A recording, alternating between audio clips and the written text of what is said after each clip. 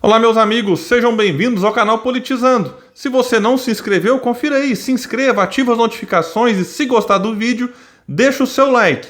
Eu vou falar aqui sobre Cristóvão Buarque, que agora se junta ao time de alguns jornalistas como Reinaldo Azevedo, Vera Magalhães, Raquel Sherazade, que acham que o candidato a presidente, seja ele Ciro, Dória, Leite, deve agora, 14 meses antes das eleições, dizer em quem votará no segundo turno de 2022, se é Lula ou Bolsonaro. Então o Cristóvão fez um retweet neste dia 28 neste sentido, e eu vou aproveitar para refletir sobre um outro que ele fez no dia 15 de agosto, quando o Ciro esteve no Canal Livre. Mas antes de tratar desses tweets e do que eu quero colocar a respeito de cada um deles, é bom só dizer quem é Cristóvão Buarque, porque muita gente está chegando agora no canal e está se interessando por política recentemente, às vezes só ouviu falar, então vamos trazer aqui alguns breves lances da sua vida. Ele que fez parte do PT de 1990 até 2005, ele foi ministro da Educação ali do governo Lula, mas em janeiro de 2004, enquanto cumpria férias em Portugal, foi demitido do cargo por telefone pelo então presidente Lula. Cristóvão Buarque já disse várias vezes que ele apostava na educação de base. E o Lula, naquele momento, queria investir no ensino superior, porque, segundo o próprio Cristóvão, a educação de base não dá voto, mas ensino superior sim. Na opinião dele, esse foi um erro do Lula, do ponto de vista do que a educação precisava no país, ainda precisa, mas muito certo do ponto de vista eleitoral. Então é necessário fazer essas duas ponderações, como ele mesmo explica num podcast, Política Quadrado, que eu gosto bastante, já falei aqui quando comentei sobre a Heloísa Helena, e ele detalhou algumas dessas suas ideias lá. E aí depois ele foi para o PDT, e ficou ali de 2005 até 2016. Se candidatou a presidente da República em 2006, erguendo a bandeira da educação, ficou em quarto lugar com 2,64% dos votos. Depois saiu do PDT, não vou entrar aqui nesses detalhes agora, muita gente coloca que é porque ele queria ser o candidato do partido em 2018, à presidência da República, e quando percebeu que o candidato seria Ciro Gomes, que chegou no partido ali, então ele meio que, esse foi um dos motivos, além de outros, que o afastou do PDT.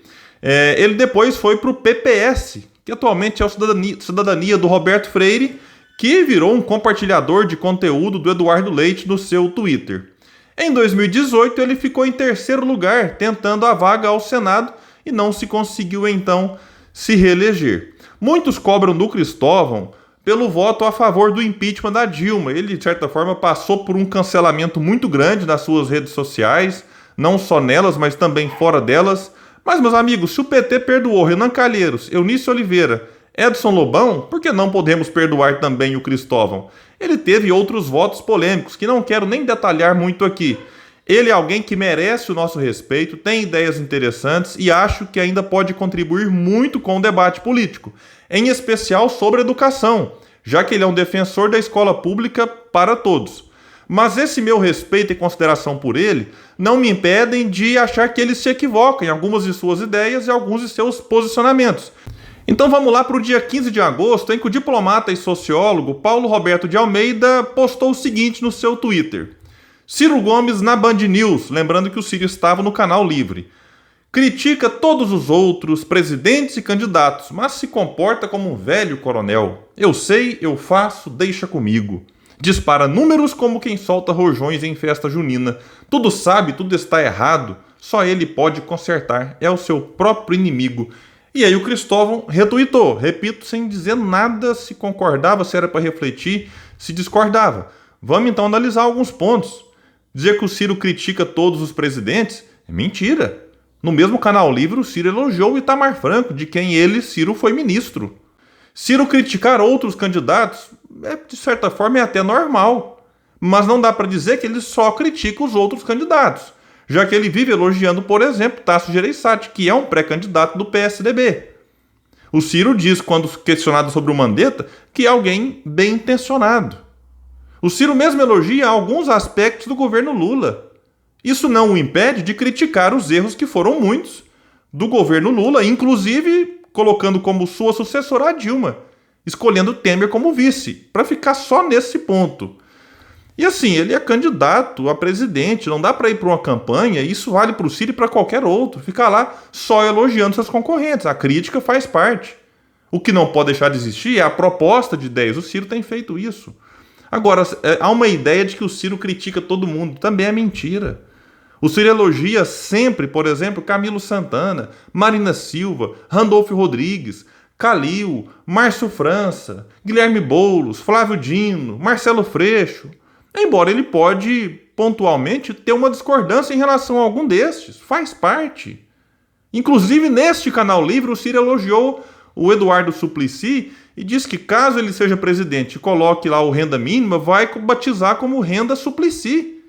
E inclusive a bancada ali com o Mitre elogiou bastante, concordaram com essa ideia porque seria algo merecido. Números, o Ciro joga números, alguns falsos. Inclusive foi interessante quando o Ciro teve no Flow, o Igor, logo no começo, já falou, olha, peguei seu livro e fui pegar os números que você coloca, fui no Google, busquei e eles estão certos. Porque alguns convidados tinham ido no Flow pouco tempo antes e disseram que o Ciro inventa números. Aí o Igor confessou que fez a checagem e eles estavam certos. O Ciro dizer que só ele pode consertar, mentira. O Ciro coloca o Projeto Nacional de Desenvolvimento como uma obra coletiva. Ele insiste em dizer, olha, tem uma equipe que o ajuda, que o auxilia. Ele vive citando colaboradores mais diretos, enaltecendo aqueles que são também lideranças, inclusive no Ceará, como o professor Mauro Benevides Filho. Ele cita muitas vezes o Nelson Marconi. Então é uma obra coletiva, sim, o Ciro ressalta e faz questão de levantar a bola desses que eu citei e de outros. E aí, no dia 27 de agosto, o Ciro postou um vídeo nas suas redes sociais com a seguinte legenda: as coisas têm andado de mal a pior nos últimos anos. É decepção atrás de decepção, mas cabe ao povo brasileiro enxergar a saída desse beco e interromper essa espiral de frustração e ódio. Hashtag nem Lula, nem Bolsonaro. Aí o Cristóvão retuitou, e aqui ele colocou já um comentário seu. Com todo respeito, Ciro Gomes, quem passa meses dizendo nem Lula nem Bolsonaro, o que fará se no segundo turno for Lula ou Bolsonaro? E aí eu digo, com todo respeito, Cristóvão, por que alguém que quer ir ao segundo turno tem a obrigação de 14 meses antes das eleições ficar especulando sobre sua própria derrota? Isso aqui vale para o Ciro, para o Dória, para o Leite, para o Mandetta, para qualquer candidato que quer ser presidente. Mas é porque é necessário mostrar para a sociedade que Bolsonaro está sem força e sozinho. Poxa, mas o Ciro não tem nada que dizer a respeito disso para a sociedade, porque ele em 2018, enquanto o PT mentia para a sociedade, para o eleitor, apresentando Lula como candidato sem poder ser, o Ciro chamava Bolsonaro de um projeto de Hitlerzinho tropical. O Ciro-PDT tem sido pesadelo para o Bolsonaro, não apenas pelos pedidos de impeachment, mas por diversas ações no Supremo em defesa da democracia. Então o Ciro dizer agora, eu voto no Lula se for contra Bolsonaro, não ajuda em nada a derreter o Bolsonaro, mas ajuda o Lula. Porque aí vai vir vários canais, como o Carlito Neto fez quando Fernando Henrique Cardoso disse que votará no Lula no segundo turno contra Bolsonaro. FHC declara apoio a Lula.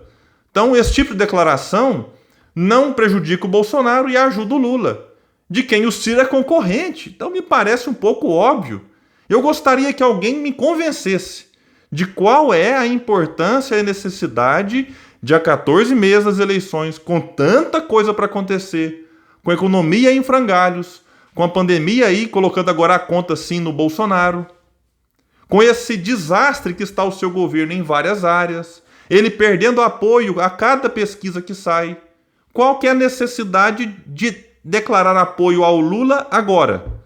Então, sobretudo o Ciro, que está em terceiro, é o candidato que tem mais chances de tirar Bolsonaro do segundo turno. E mais, o Ciro nem no Bolsonaro votou em 2018, portanto, quando para muitos foi uma decisão difícil, para o Ciro não. Declarou desde o primeiro dia, quando perdeu as eleições, o voto contrário ao Bolsonaro, logo um voto no Haddad. Agora, esses outros, então, se eles quiserem mostrar que mudaram de opinião de 2018 para cá, ok, o Ciro não tem necessidade disso. Agora, se esse ou aquele militante, até membro do partido, quer falar alguma coisa nesse sentido, que eles falem, mas o candidato eu acho que não deve se posicionar nesse sentido. E assim, eu gosto, repito, de alguns posicionamentos do Cristóvão, de algumas suas ideias, mas nesses 2 tweets eu acho que ele pisou na bola. Cristóvão, se você não quer Bolsonaro presidente da República, ajude o Ciro a tirar Bolsonaro do segundo turno. Então essa ideia que você tem, disse lá no podcast, de uma união do PSOL ao Novo para derrotar Bolsonaro. Por que essa união não pode se dar então em torno do Ciro, que apresenta um projeto que eu acredito que é o melhor para o Brasil? Ciro está em terceiro lugar, 14 pontos atrás do Bolsonaro, segundo algumas pesquisas. Então seria muito melhor para o Brasil ter um segundo turno Lula contra o Ciro, para que a gente possa debater projetos, ideias, avaliar sim o PT quando esteve no poder. Então, como você disse no podcast Política ao Quadrado, carregaria o Ciro nas costas se ele tiver condições de ganhar do Bolsonaro. Então o que eu tenho para dizer para você? O Ciro tem condições. É o que mostram as pesquisas já de agora. Na verdade, o Ciro ganha, o Lula ganha, o Dória já aparece em algumas pesquisas também ganhando. Então, se você realmente deseja carregar o Ciro nas costas diante dessa possibilidade, já pode começar. Porque todas as pesquisas mostram o Ciro derrotando o Bolsonaro em 2022, como mostravam derrotando em 2018. Então fica aqui nossa reflexão para que a gente evite cair nessa armadilha que muitos tentam construir para que a gente tenha agora, forçar a sociedade, a população, a já declarar voto no Lula. No segundo turno, e só no segundo turno, é que a gente deve escolher o menos pior. Antes disso, é necessário avaliar os projetos, avaliar as ideias, e então votar no melhor projeto, ou em alguns casos, como muita gente hoje não quer nem Lula nem Bolsonaro, talvez começar a prestar atenção em sim, quem é que tem mais chances de tirar esses 2 do segundo turno. Hoje, este candidato é Ciro Gomes. Meus amigos, é isso. Eu agradeço. Até o próximo vídeo aqui no canal Politizando.